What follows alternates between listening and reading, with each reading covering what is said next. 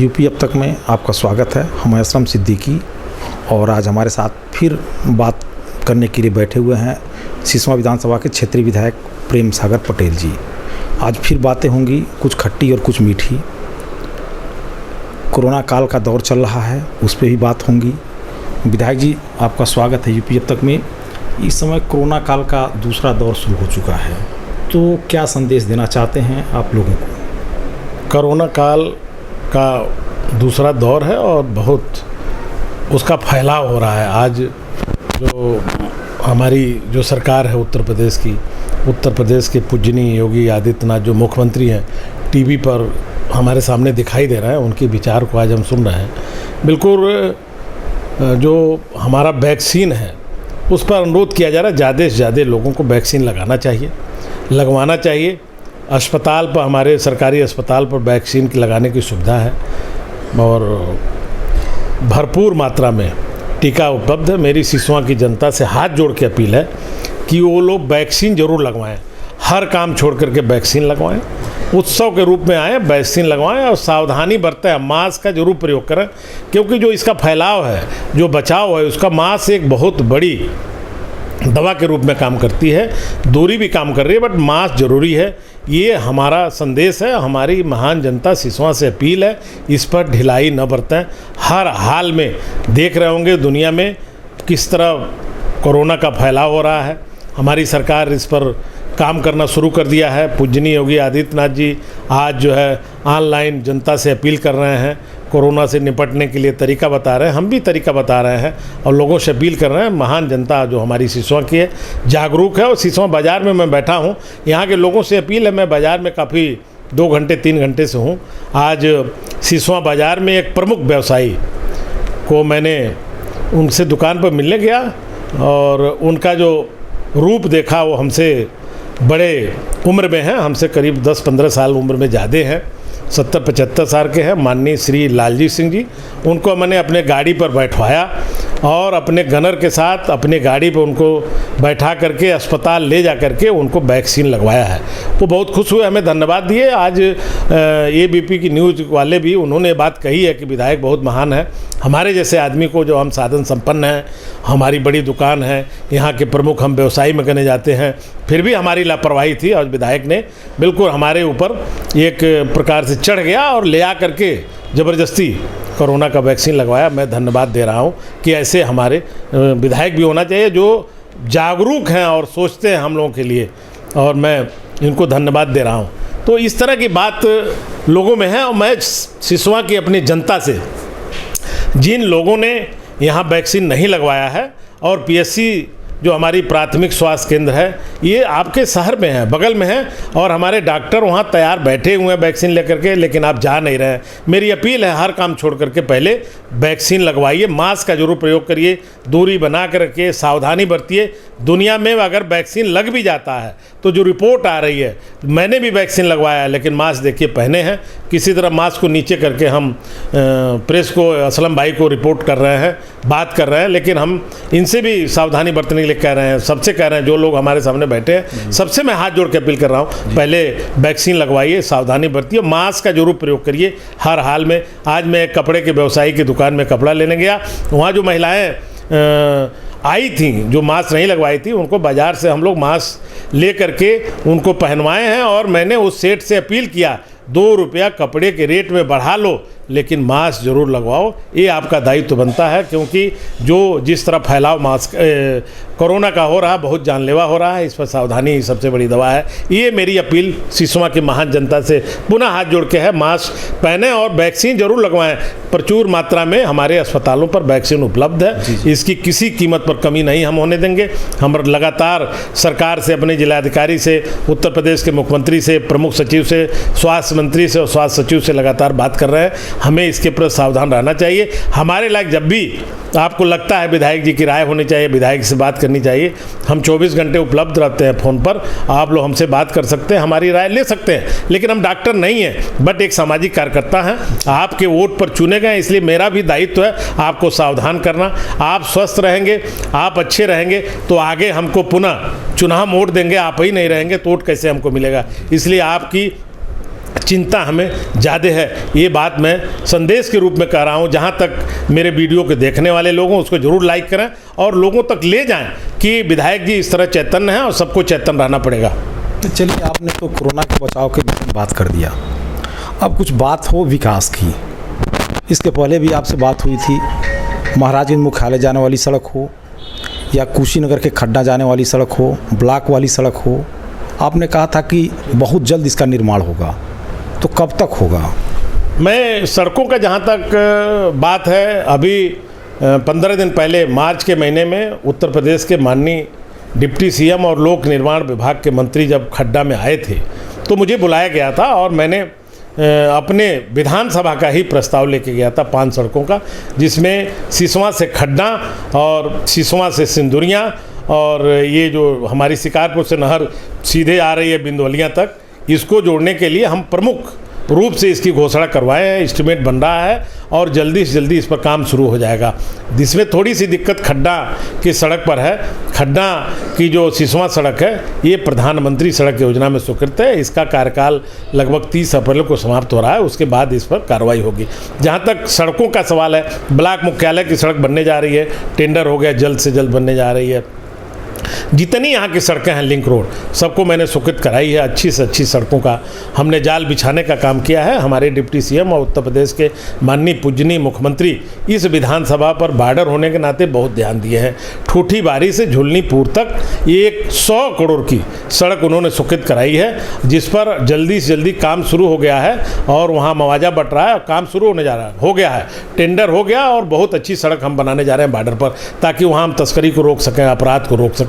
जितनी हमारी लिंक सड़कें हैं, चाहे वो गड़ौरा से झुलनीपुर हो, गड़ौरा से लक्ष्मीपुर हो, गड़ौरा से शीतलापुर हो, निचलौल से बहुआर हो, निचलौल से चौक हो, निचलौल से महाराजगंज हो, निचलौल से कप्तानगंज तक हो, ये सारी सड़कें चयनित हैं। उसमें एक सड़क और महत्वपूर्ण जो बनने जा रही है, टेंडर हो गया, मिट्टी गिर रहा, मशीनें लग गई, वो है सिसवा से निचलौल से चिवटहा, ये सड़क जो है और आगे ये सीधे गोरखपुर जोड़ रही है, ये भी मेन सड़क में हुई है। इस पर भी पैसा रिलीज हो गया, टेंडर हो गया, काम होने जा रहा। तो हमने विकास के रूप में पहला जो आकलन किया महाराजगंज के इस विधानसभा में, सुदूर विधानसभा में, जो बॉर्डर पर मूलतः गरीब लोग हैं, कि यहाँ विकास का एक सबसे बड़ा उपाय सड़कों का जाल बिछाना होगा। सड़कों का हमने जाल बिछवाने का काम कर दिया और हमने देखा सिसवा की ये महान जनता जो व्यापार के लिए तरस रही थी, जहाँ पर ये स्थिति पैदा हुई थी कि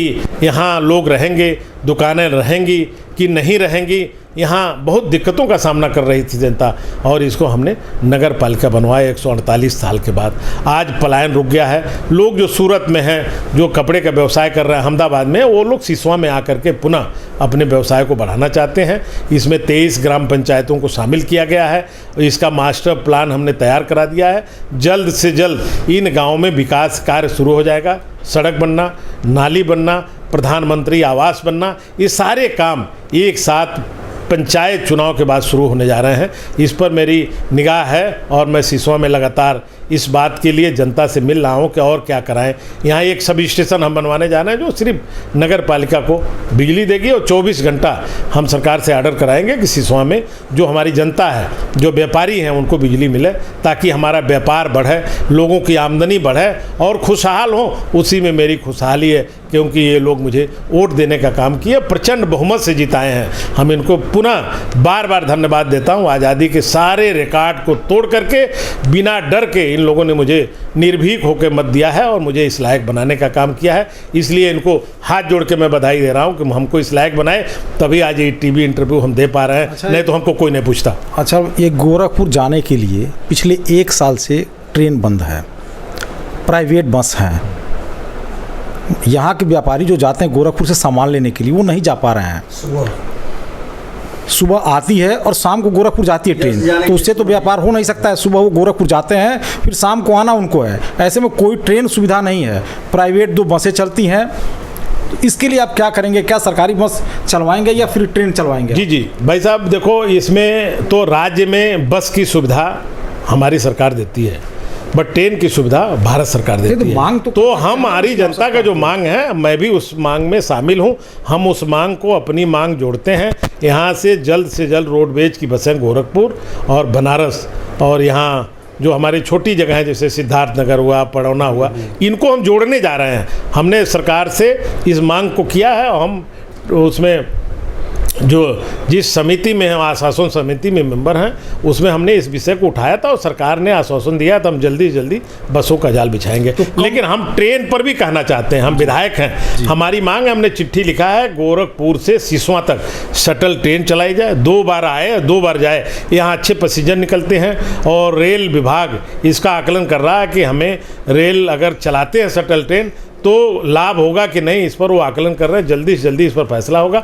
इस फैसले को कराने के लिए हम पुरजोर प्रयास करेंगे, भारत सरकार में भी, रेल मंत्री से भी और अपने 1-2 मंत्रियों से पत्र भी लिखवाएंगे ताकि सिसवा आज़ादी के बाद की बहुत ही डेवलपमेंट व्यापार का केंद्र है और यहाँ शटल ट्रेन चलना चाहिए। इसकी मैं मांग करता हूँ। अब मेरी आवाज़ जा रही हो तो इसको जो है रेल मंत्री तक आप शेयर करने का कष्ट करें, ये मेरी अपील है। एक ट्रेन गोरखपुर अगर जाती है तो व्यापारी जाएंगे और शाम तक वापस आ जाएंगे। शटल ट्रेन जरूरी है, वो सिर्फ गोरखपुर से सिसवा चले, उसको शटल ट्रेन कहते हैं। वो सोने की व्यवस्था नहीं रहती, सिर्फ बैठ के जाने की होती है, अपना सामान ढोने की होती है। जो छोटे छोटे व्यापारी हैं उनके लिए बहुत अच्छी सुविधा हो जाएगी। गोरखपुर के मार्केट करके ट्रेन में ला देंगे, सिसवा उतार लेंगे, उनका व्यापार बढ़ेगा। वो सरकार को भी धन्यवाद देंगे, जोगी जी को भी धन्यवाद देंगे, प्रधानमंत्री को देंगे, हमको भी धन्यवाद देंगे। ये अभी सभया में एक फायर स्टेशन है। चूँकि गर्मी के मौसम में आग क्षेत्र में बहुत लगता है, चाहे मकानों में हो, खेतों में हो, यहाँ कोई संसाधन नहीं है। जो रहने के लिए आवास है, जो फायर सर्विस कर्मी है, वो भी ख़त्म हो चुका है। कभी भी ध्वस्त हो सकता है, गिर जा सकता है, यानी कोई घटना भी हो सकती है। तो न संसाधन है, न उनके पास रहने के लिए व्यवस्था है, वो कैसे आग बुझाएंगे? नहीं, इस पर मेरा मत यह है कि जो हमारी सरकार की आदेश है, जो शासनादेश है, वो ज़िले में हर तहसील में फायर ब्रिगेड स्टेशन की व्यवस्था है। पहले जो यहाँ की सरकारें रहीं, यहाँ के लोग रहे, उसको सिसवा के बगल में सभया में बनवाए, लेकिन वो लुंज पुंज व्यवस्था में बनवाए। अब जब हम विधायक बने हैं तो एक फायर स्टेशन और हमने स्वीकृत कराया है, जो निचलौल से उत्तर नेपाल के बॉर्डर के बीच में गड़ूरा के बगल में बन रहा है, आधुनिक बन रहा है। उसको भी जनता को देखना चाहिए, विधायक जी अपने कार्यकाल में कैसा बनवा रहे हैं। अगर यहाँ इनका व्यवस्था ठीक नहीं है तो हम जो है सरकार से कहेंगे और उत्तर प्रदेश के मुख्यमंत्री को जल्दी से जल्दी लिखेंगे, क्योंकि बहुत ज्वलंत समस्या होने जा रही है, आग लग रही है। लेकिन जो बना हुआ उसको भी तो उसको मेंटेनेंस हम कराने का प्रयास कर दे रहे हैं और मेंटेनेंस हो जाएगा ताकि हमारे कर्मचारी रह लें। अगर 2-3 मशीनें नहीं है तो 2-3 मशीनें हम कलेक्टर से कहते हैं कि वो लिख करके यहाँ आके खड़ी हो जाए, जिसमें 40 लीटर 400 लीटर की टंकी बनी हुई है, जिससे पानी उसमें भरा रहता है। वो 400 लीटर पानी कैसे आग बुझाएगी? सही है, जो संसाधन है हम इससे सहमत हैं। हम संसाधन को और बढ़ाने का प्रयास करेंगे। है कि एक पंप भी नहीं है जहां से वो पानी भरा जा सके। वो चीनी मिल आते हैं पानी भरने की। अब एक दिन हम निरीक्षण करके इसकी रिपोर्ट एक बना के स्टेट गवर्नमेंट से हम उसकी परमिशन करा के जल्दी फंड दिलवा देंगे ताकि ये मेंटेनेंस का काम हो जाए और लोगों में सुविधा रहे, क्योंकि आग लगने का समय आ रहा है। मैं भी एक किसान का बेटा हूँ, आग इस क्षेत्र में बहुत लगता है। साथ साथ ये जो शहर है, बहुत घनी शहर सिसवा है, यहाँ सारे व्यापारी हैं और मुझे लगता है कि पूर्वी उत्तर प्रदेश में सबसे बड़ा कपड़े का कारोबारी यहाँ रहते हैं। इनमें इसकी ज़रूरत है, कोई खुदा नाश्ता कहीं किसी की आग न लगे। अगर आग लग जाएगी तो बहुत दिक्कतों का सामना उठाना पड़ेगा। ये मुझे महसूस है, मैं विधायक हूँ, इसके लिए मैं काम करने के लिए तैयार हूँ और मैं प्रयास करूँगा। आप मुझे आपने कहा है तो मैं एक दिन निरीक्षण करके इसकी रिपोर्ट लेकर के इसको बनवाने का काम करेंगे। एक और सवाल, जो ये बार बार तहसील का मुद्दा सामने आ रहा है, आप कह रहे हैं कि हम इसकी आवाज़ उठा भी रहे हैं, तो क्या माने कि आप तहसील बनवा देंगे? देखिए, जहाँ तक तहसील बनने का सवाल है, ये बहुत पहले ये मुद्दा उठा था और जो जिला बना तो जो सरकार थी उसको मेरे समझ से जो हमने फाइल का अध्ययन किया है वो सिसवा तहसील बनना था, लेकिन वो किन्हीं कारणवश कुछ लोगों के राजनीतिक दबाव में वो नहीं बन पाया। लेकिन हमारे ऊपर राजनीति का किसी का दबाव नहीं है और सिसवा हर हाल में तहसील बनेगी और टाइम थोड़ा लगेगा, इसलिए इसका एक पैमाना है। जनता इसको नहीं जान रही है कि 100 लेखपाली क्षेत्र होना चाहिए और हमने जो सरकार को राय दिया है जो याचिका दायर किया उसमें राय दिया है कि कुछ एरिया घुगली की तरफ का, कुछ खड्डा की तरफ का काट करके एक तहसील का गठन किया जाए, लोकप्रिय तहसील बने। यहाँ व्यापार का बहुत बड़ा केंद्र है, यहाँ व्यापारियों का जमघट है, व्यापारी लोग रहते हैं, इनको दिक्कत हो रही है, हम इन दिक्कतों से अवगत हैं और हर हाल में सिसवा को हम तहसील बनाएंगे। थोड़ा समय लगेगा, धैर्य रख करके इंतज़ार करना चाहिए, अंतिम नहीं है। मेरा चुनाव 4 साल हो गया, 1 साल ही बचा है, लेकिन मेरी जनता से अपील है, भरोसा रखें, मैं प्रयास करूंगा जल्द से जल्द इसकी घोषणा हम करवा ले जाएं। और इसकी पूरी तैयारी हो गई है। राजस्व की टीम आकर के सिसवा का निरीक्षण करके गई है, कुछ लोगों से बात भी किया है और रिकॉर्ड उत्तर प्रदेश सरकार के पास गई है। जब हम 2 मई के बाद खाली होंगे, जब हम जाएंगे लखनऊ विधानसभा में, तो इसकी जो है निरीक्षण करेंगे और इसको आगे बढ़ाने का काम करेंगे और मुख्यमंत्री से बात करेंगे ताकि इसको जल्दी हम अंजाम दें। लेकिन सिसवा की जनता से मैं कह रहा हूं कि आप मेरे जैसा एक अच्छा कार्यकर्ता पाए हैं जो काम करने के प्रति जागरूक हैं। हमने काम करके दिखाया है, आपको विश्वास दिलाया, विश्वास जीता है नगर पालिका बना करके। जो कभी सोचा नहीं गया था उस काम को मैंने कराया है। ये उससे बड़ा काम नहीं है, ये बहुत छोटा काम है, ये होगा, धैर्य से इंतजार करिए। अभी हमने बात किया क्षेत्रीय विधायक प्रेम सागर पटेल जी से, कुछ खट्टी कुछ मीठी। हम सवाल उठाते रहेंगे हर बार जब भी उनसे मेरी मुलाकात होगी। आप देखते रहिए यूपी अब तक। यूट्यूब पर देख रहे हैं तो चैनल को सब्सक्राइब करिए और फेसबुक पर देख रहे हैं तो पेज को लाइक करिए और शेयर करिए।